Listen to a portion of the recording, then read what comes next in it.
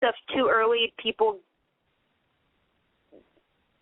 get very excited about it and then want it to happen right away. So we're trying to get more things written in stone before we say what we're doing. Yeah, that makes sense. I agree. We have some really great stuff cooking. I just wish that one day you guys could bring an event to Boise. I know it won't happen, but hey, God could help. Hey, don't lose hope. Yeah. Never say never. Have faith in them. They can do anything. Oh, I have faith in them. I don't have faith in my location. No. especially when I wake up to -2 degrees. So. Yeah, it's a little cold right now. Well, we've been having that here too. It's been like 25 degrees below zero with the wind chill factor, and then today it got a little bit warmer, but then we get snow. Yeah, we're getting snow tomorrow too. And this is coming from somebody who spent the first 16 years of his life living in Arizona. I've lived in Boise for 11 years now, and I'm still not used to this weather. Oh, I can imagine being somewhere warm all year round like that. Oh. I know I wouldn't want to be you. Yeah, it was like once or twice a year where the temps would dip to the 30s, Yeah. So who are you most excited to see that is signed back on from either show, All My Children and One Life to Live, to all of you? Well, yeah. I think that from All My Children, I'm happy that Vince Narazari and Lindsay Hartley and basically all the doctors and people have signed back on. And as far as One Life to Live goes, I'm happy that they got Erica Slazak. I'm happy that they got Bob Woods. And they got the bulk of the people from the original show, minus the 3 who are still having problems between GH and Prospect. But yeah, I'm happy that when it comes to One Life, the bulk of the characters from the original are intact. So I have to agree with that. One Life to Live has quite a few of the original characters on there, and All My Children, I'm happy with what they have, but of course I want more. I've got to. Well, have everybody wants more, Knight. and everybody wants more. But as Bren said the other day, this is a new venture. This is a new thing. Exactly.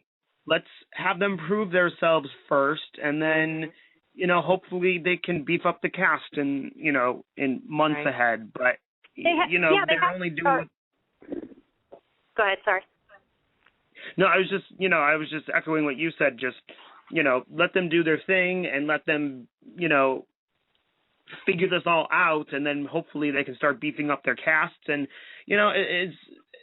if people don't remember, soap started on the radio. When they got to TV, they were only 30 minutes long. Mm-hmm. Then they were 45 minutes, and then they were an hour. So with a 30-minute internet show, they can only have a smaller cast. They can't have, 32 contracted actors on their cast. I mean, that's too many for a half-hour soap opera. But, maybe down the road in a year or two, if this is going to prosper and do amazing things for them, maybe they'll increase these 2 shows to 30 minutes and then add more people that we like. So, who knows? I mean, this is a new venture. And, as much as everybody is mad about Prospect Park from what they pulled a year ago, I mean, you got to give them credit for pulling this off. But at the same time, let's see where it goes and cross our fingers that, these 2 shows are back to stay. Well, and I'm thinking, too, maybe some of the actors are hesitant, too. They want to see how it takes off. Exactly, and they have to start somewhere, and once it gets going, I've heard so many people saying, well, my favorite isn't on, so I'm not going to watch. Oh, well, then no. You're hurting the chance of your favorite character coming on later on, because if the reboot doesn't take off, then that's it. Then the show is dead. They're not going to have a third go at this.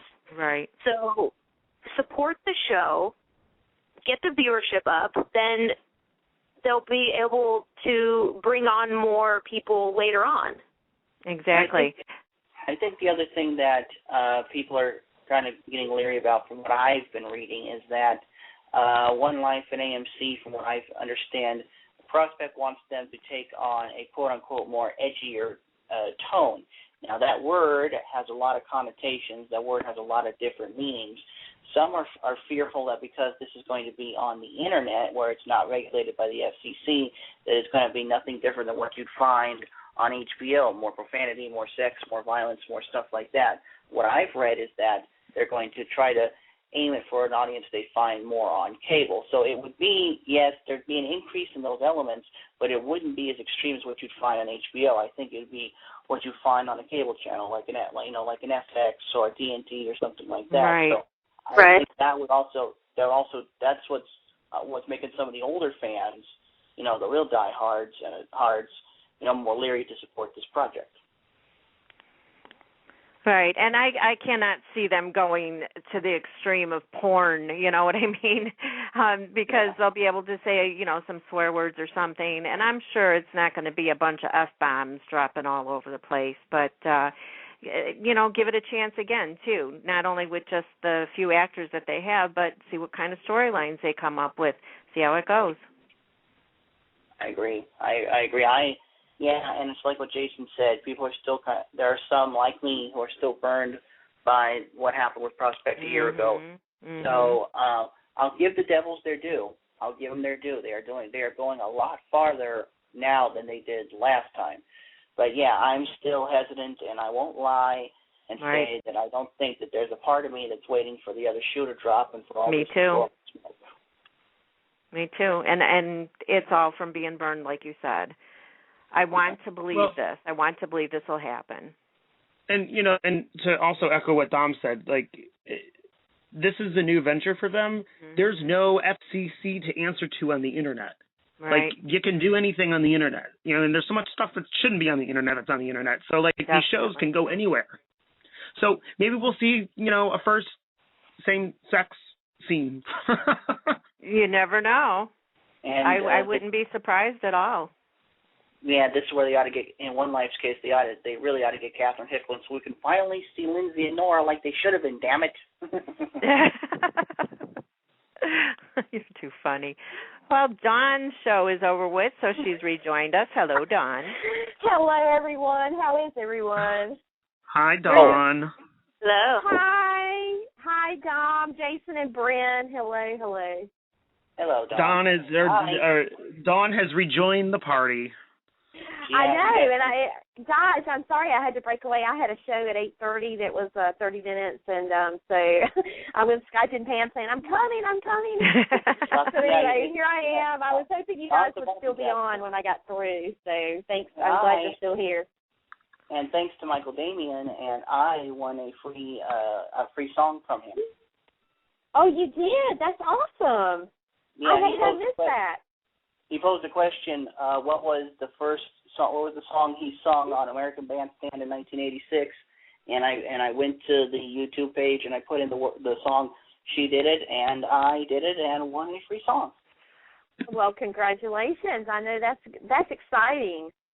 That is, but as Brent can tell you, I am damn good when it comes to trivia contests. I think we all pretty much know that.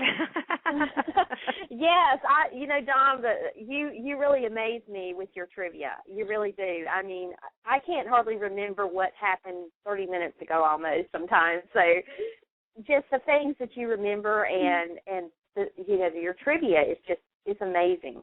So there are times where I win some of Bren's trivia contests, and she puts on Twitter. She says, "How does he do it? How does he do it?" Well, you know what? If we're ever in a trivia contest, I don't say that. You say that about yourself, Dom. Well, I can tell you're going to be my go-to guy if I'm ever in a trivia contest, because I feel like you can help me along there. Oh, wait a second. Is that why, Bren, you were texting me that one day you're like, I need you on standby for this trivia thing? Yeah, because I had them asking me questions. You didn't even know the answers anyway, so you were no help to me. No, I didn't know the answers. No. Aren't the answers on Wikipedia anyways? No. I went to YouTube for the Michael-Damian thing because the interview he had with Dick Clark on American Bandstand was on the official Dick Clark Productions YouTube page. So I went to there, and then I just scrolled down in the comments, and I saw the title of a song called She Did It, and I took a guess and paid off. There you go. And, Bren, you sent me a message, except I can't answer you, so I don't know if you're not following me on that account, but the answer to your question is no. Okay. Well, now that's very good. That sounded very cryptic. I don't think I want to know. Yeah, me either. I'm with you on that one, Dawn. I think I'm just gonna listen and stay out of it. What do you think? No, it's nothing bad. I'm just totally teasing. I'm teasing. I haven't had it. Run my cow. It is probably bad because Pam is known to get into a lot of trouble. So. Never. Don't I know it? Don't I? Let me tell you something about trouble, Jason. When I first met her on Twitter, she, it was the love of soap operas that, led us to come together on Twitter.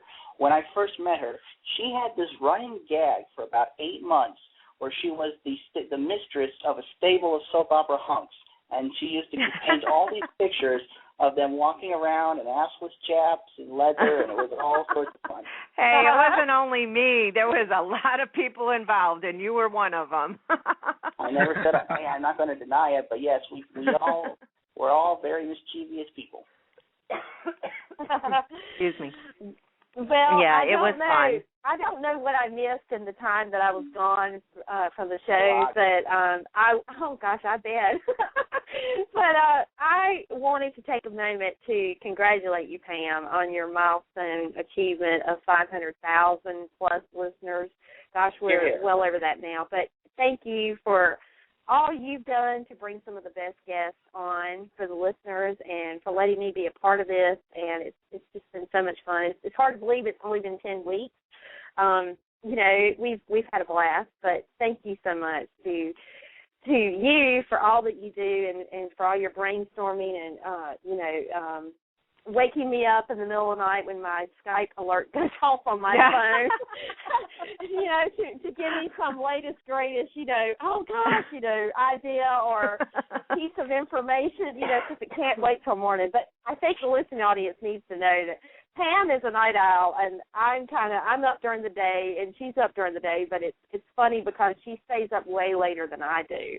And so it seems like Pam doesn't sleep.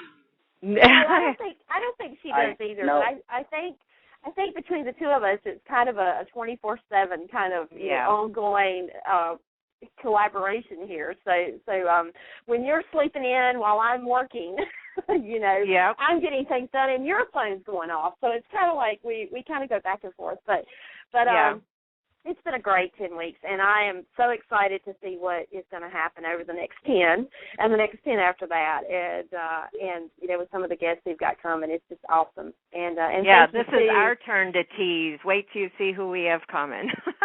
Yeah, for real. I agree.